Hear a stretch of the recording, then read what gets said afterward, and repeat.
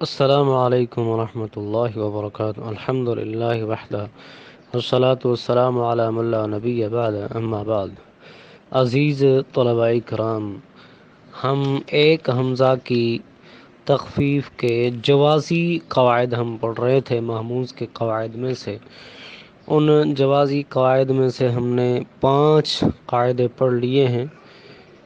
رأسن، قاعدہ رأسن، قاعدہ سوال، قاعدہ سویل، قاعدہ مستہزئون، قاعدہ مستہزئین۔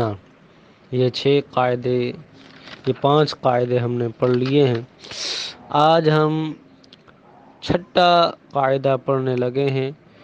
اس قاعدے کا نام ہے قاعدہ مقروء یا قاعدہ خطیۃ۔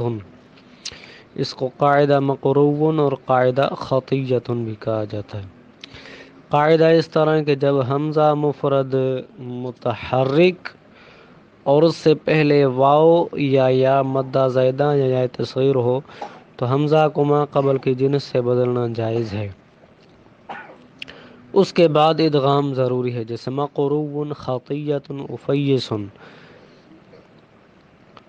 مقروء یہ اصل میں مقروء تھا، حمزہ مفرد متحرک کو ما قبل کی جنس واو سے بدل دیا، پھر واو کا واو میں ادغام کر دیا۔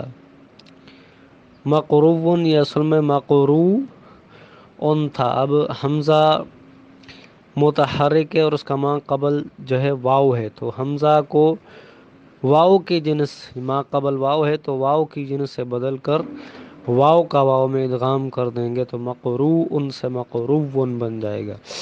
اسی طرح خطیۃ یہ اصل میں خطیئۃ تھا، اب یہاں بھی حمزہ مفرد متحرک ہے اور اس کا ما قبل یا ہے، ٹھیک ہے، تو حمزہ کو ما قبل کی جنس یعنی یا سے بدل کر یا کا یا میں ادغام کر دیں گے تو یہ خطیئۃ سے خطیۃ ہو جائے گا۔